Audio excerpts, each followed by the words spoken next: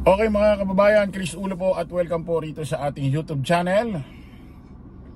Ito mga kababayan, pag-usapan ho natin itong ginawa hong statement pahayag na si Attorney Claire Castro na kung saan bagong appoint ho ni Pangulong Bongbong Marcos dyan sa PCO na ang kanyang posisyon ho is sa Press at Undersecretary. Eto mga kababayan, pag-usapan din ho natin etong si Philip Salvador at Senador Bong Revilla na tatakbo ho ulit na senador ngayon sa parating hong halalan. Alam naman natin mga kababayan na itong si Bong Revilla, Jinggoy Estrada at itong si Philip Salvador, Rudy Fernandez, solid yan mga kababayan, mga ka-analyze. Intact ho yan. Mga magkakumparehong buo talaga, mga magko-close talaga yan. Rudy Fernandez, Jinggoy Estrada, Bong Revilla, at itong si Philip Salvador. Alam niyo mga kababayan, aminin ho natin, nung nagkaroon ho ng eleksyon ng 2019 sa pagkasenador, nanalo ulit itong si Bong Revilla, ang laki hong impact, ang laki ho nang naitulong sa kanyang viral video na kung saan sikat na sikat nung mga panahon na yun, yung budots na sayaw, na kung saan yun ho yung ginawang campaign, patatawag natin campaign strategy ni Senador Bong Revilla, yung pagsasayaw niya rin ng budots doon sa video niya na ginamit niyang pang campaign, at yung mga ginagawa niya mga pabudots style na sayaw nung 2019 election sa pagkasenador, nanalo siya. Di ba laking impact nun, sikat na sikat kasi yung budots nun. Ngayon mga kababayan, nakakapagtaka na kung saan may ginagawang pinasisikat ngayon si Philip Salvador na kung saan hindi naman bagay sa alam mo yun, action star ka, tapos pag gumagawa kayo ng press conference ni Digong at ni Bongo, lagi ka nalang high blood, lagi ka nalang galit.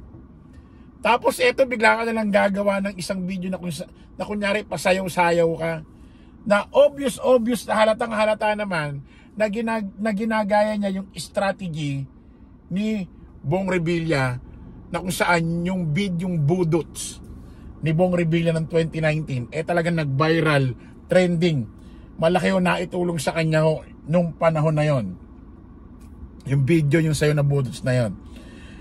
Hindi natin alam kung itong ginawa ni Philip Salvador na pasayaw-sayaw niya na Mr. Epektibo, ginaya niya kay Bong Revilla, or po pwede rin kayang pinayuhan ni Bong Revilla eto si Philip Salvador na pare, pwede natin pangkutuhin. Pare, gumawa ka ng sayaw-sayaw mo na parang ginawa ko ng budots noong 2019. Palaki may itutulong sa inyo kasi pag nag-viral trending yan, naging marka mo yan sa Pilipinas, Luzon, Visayas, Mindanao, pwedeng matuwa sa iyo ang tao at iboto ka. Kasi ano kasi to pre, ano kasi to mga kababayan kaibigan ni Bong Revilla si Philip Salvador. Sa tingin nyo, etong si Philip Salvador, etong si Senador Bong Revilla, kinausap, pinayuhan etong si Philip Salvador kung anong gagawing strategy dito sa paparating itong eleksyon na pagka-senador. Kasi mga kababayan, alam naman natin, itong si Philip nasa side ni Digong, ito si Bong Revilla nasa side ni Pangulong Bongbong Marcos at Speaker Martin Romualdez. Siyempre, kung ipapakita nila ang kanilang pagiging closeness, pagiging magkumpare ngayong panahon na ito, para silang maaapektuhan. So, pwede kaya na si Bong Revilla pinayuhan si Philip kung anong gagawing strategy. Kasi tingnan nyo mga kababayan magkaibigan sila. Ang dami nga nilang picture Ayan sila, ayan magkakasama sila niya ng mga panahon na yan Jinggoy, Bong Revilla, Rudy Fernandez, Philip Salvador. Ayan, dami niya ng mga video. Talagang magko-close yung apat na yan dati pa. Ito nakakapagtaka. Tignan niyo yung video dati ni Bong Revilla, ha mga kababayan. Ito. Bong Revilla po, number 16, Kabalota.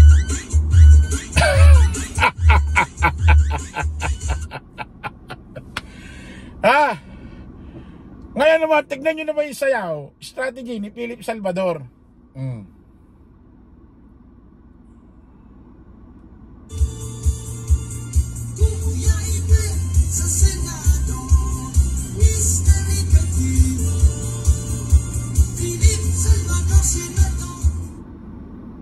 Play natin ulit.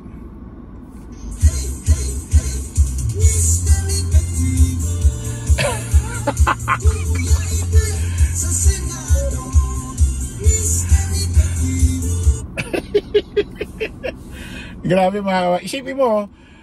Isipin mo mga kababayan,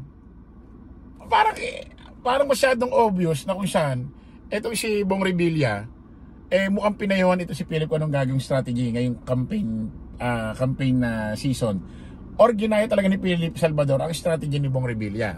Doon lang sa dalawa na yan. Isipin mo ito si Philip mga kababayan, laging high blood magsalita. Pagdating sa mga press conference mo, nag-iikot sila, nangangampanya sila Luzon, Visayas, Mindanao. Tapos magkakaroon na lang ng ganito na kung saan nagbobonjing-bonjing. Mr. Epektibo, Kuya Ipe sa Senado. Baka Philip, Mr. Depektibo. Mr. Depektibo, Kuya Ipe sa Barangay Hall. Mr. Epektibo, Kuya Ipe para sa Senado. Wow! Wow! Ito mga kababayan, bagong appoint ni Pangulong Bongbong Marcos, Undersecretary, na ito si Atty. Claire Castro, abogado, at the same time vlogger, kilalang YouTuber, nagsalita na. Pakinggan nyo mga kababayan.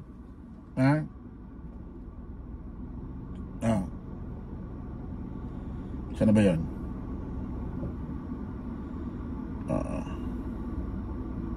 Ayan.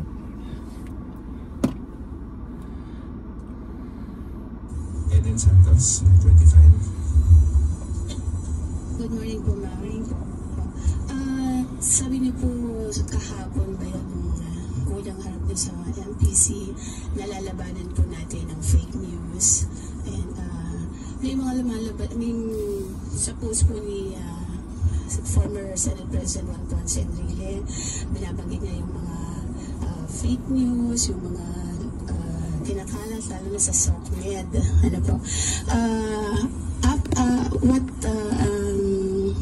Hanggang saan po ba you will make patrol dun sa mga fake news na sinasabi ninyo na ibinabato po ng mga kalaban ng administrasyon? At sa tingin niyo po ba ang Pangulong Marcos ang nauna sa pagsisimula po ng mga negative campaign, kaya naman dumami yung mga parang in a way sinasagot lang din po ng mga opposition man natatawag yung grupo po ng mga kalaban sa politika?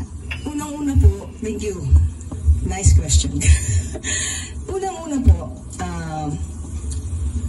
ang sasagutin lang natin ay yung mga intriga na may sense. Kung wala naman, walang meaning, walang sense, hindi po natin to sasagutin. Okay? At, tama yan, Atty. Claire, tama yan. Concentrate, tutok lang kayo sa may sense na intriga na dapat talaga sagutin. Hindi yung mga na kung saan yung ibang vlogger dyan, nung hindi ka pa ina-appoint ni Pangulong Bongbong Marcos bilang undersecretary dyan sa PCO, hindi ka kinukontent, hindi ka pinapansin. Pero nung Pero nung inappoint ka na ni Pangulong Bongbong bilang undersecretary ng PCSO na sa Malacanang, aba, pati ito si Gagang Baliw na Maharlika na wala naman love life, halos halos mapraning, halos mabaliw doon sa ginawa niyang live nung nakaraan sa'yo, Attorney Claire. So, ibig sabihin, apektado sila or nainggit. Tuloy natin. Patungkol po ko sa nauna ang Pangulo sa pagbabatikos. It's just part of the campaign propaganda. And wala naman po siyang pinatungkulan kung sino. Madami pong kandidato. Ang nagtataka lang po ulit tayo kung bakit nag-aray. Hindi naman sila yung pinatutungkulan. Kumbaga, ano to, bato-bato sa langit, wag magalit. Paano hindi aaray? Kung alam nila na yung binanggit karakter ni Pangulong Bongbong about sa suka, sumasalamin sa kanilang pagkatao. Ibig sabihin, alam nila na bobo sarili nila. Alam nila tanga sarili nila. Ay, naapektuhan sila. Ganun lang naman yun Kasi, kung hindi naman talaga ganun ang karakter mo, at alam mo sa sarili mo, na hindi ikaw yun, bakit maaapektuhan ka? Ang maaapektuhan lang dyan, na kung saan, alam mo sa sarili mo, na may ganun kang katangian doon sa sinasabi ni Pangulong Bongbong Marcos about sa suka.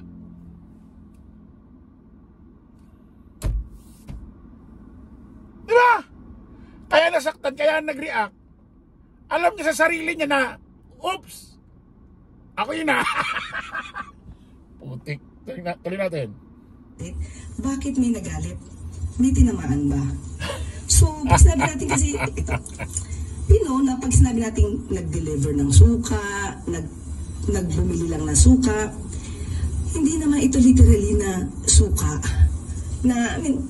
Buti nga, ang ginamit pa, nag-deliver na suka Nabigyan na ng certificate ng COMELEC. Buti nga, hindi ganito sinabi ni Pangulong Bongbong.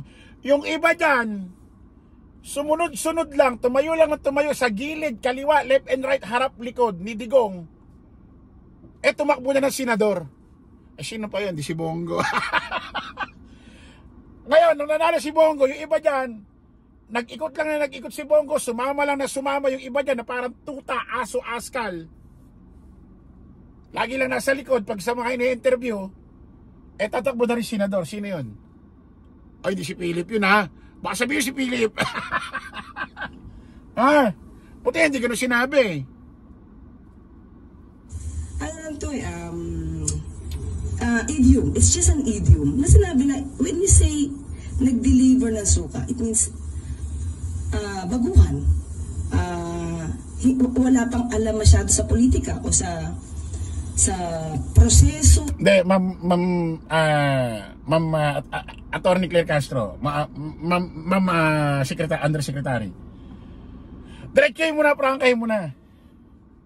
Meron kasing mga bago na kung saan, pag bago ka sa trabaho, kasi pag bago ka sa trabaho mo, bago ang mundo mo, although wala kang alam dyan, 1 linggo, 2 linggo, 1 buwan, or bago mag-1 taon, alam mo na mga ginagawa mo kabisado mo na diba?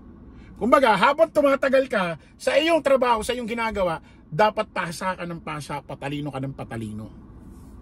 Diba? Hindi ka tulad nung iba dyan, putik. Habang tumatagal, patapos na yung 1 term niya, pabobo pa ng pabobo. Yeah. Hindi naman siyempre, baka isipin nyo si Senador Robin Padilla hindi yun. Hindi si Robin yan. Alam nyo naman si Robin matalino yan. Pinakamaraming nakuwang boto sa asaysayan ng Kalawakan. Ulit natin. Sa trabaho, kung kayo tatanungin ko, maski naman kayo siguro alam nyo, maraming kandidato na hindi alam ang trabaho ng pagiging senador. Kung tinamaan sila at tumatakbo sila at alam natin wala silang alam, yun na lang siguro, ouch. And at the same time, okay lang sana nga pag pumasok ka sa politika, nanalo ka na. O kung wala kang alam, pinag-aaralan mo nahahasa ka ng nahahasa hanggang sa mamaster mo na, alam mo na yung mga ginagawa dyan. Hindi ka tulad ng iba dyan, Putik, I move lang ang babanggitin, di ba ba?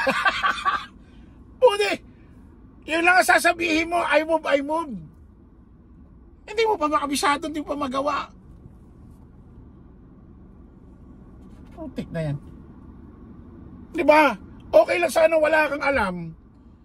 Basta habang tumatagal ka dyan, yung knowledge mo, pahasa ng pahasa doon sa ginagawa mong trabaho. Di ba? Kumbaga sa pagdadrive, okay lang nagsisimula ka mag-drive, medyo magpakaang-kaang ka sa kalsada, nagsisimula ka eh. Pero araw-araw ka nagdadrive, araw-araw mong ginagawa to, nahahasa ka ng nahahasa. Pero putik, yung nag-uumpisa ka mag-drive, araw-araw ka nagdadrive, imbis na mahasa ka sa pagdadrive, pero araw-araw ka nagdadrive, pabobo ka ng pabobo mag-drive. Eh tanga ka.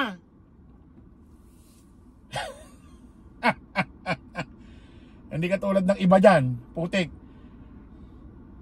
Tatapos na isang term, engot pa din. Nagbubutas pa rin ang upuan. Eh kung naaapektuhan kayo, tinamaan kayo doon sa sinabi ni Pangulong Bongbong Marcos about suka, problema nyo yun. Kung nararamdaman nyo rin sa sarili nyo mismo na meron kayong ganung katangian, na tanga kayo at bobo kayo, na para kayong inutusan lang bumili ng suka o nag-deliver at nabigyan na ng certificate ng COMELEC, ng candidacy, eh problema nyo yan. Kasi kung wala naman kayong ganung katangian na binabanggit ni Pangulong Bongbong, ba't kayo maapektuhan?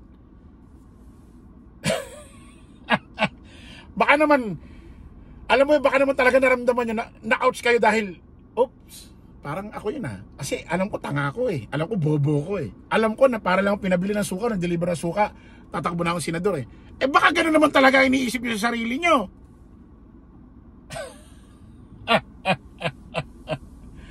Diba? Kaya tama sinasabi ni Pangulong Bongbong at ni Atty. Claire Castro. Okay, maraming salamat po mga kababa. Kita-kita ulit sa isa panibagong live, panibagong vlog. Paalam po, pasamantalangin yung lingkod daw si Risulo. Lagi natin tatandaan doon, follow the majority, follow the right way. Maraming salamat. Kita-kits po tayo ulit. Bye-bye.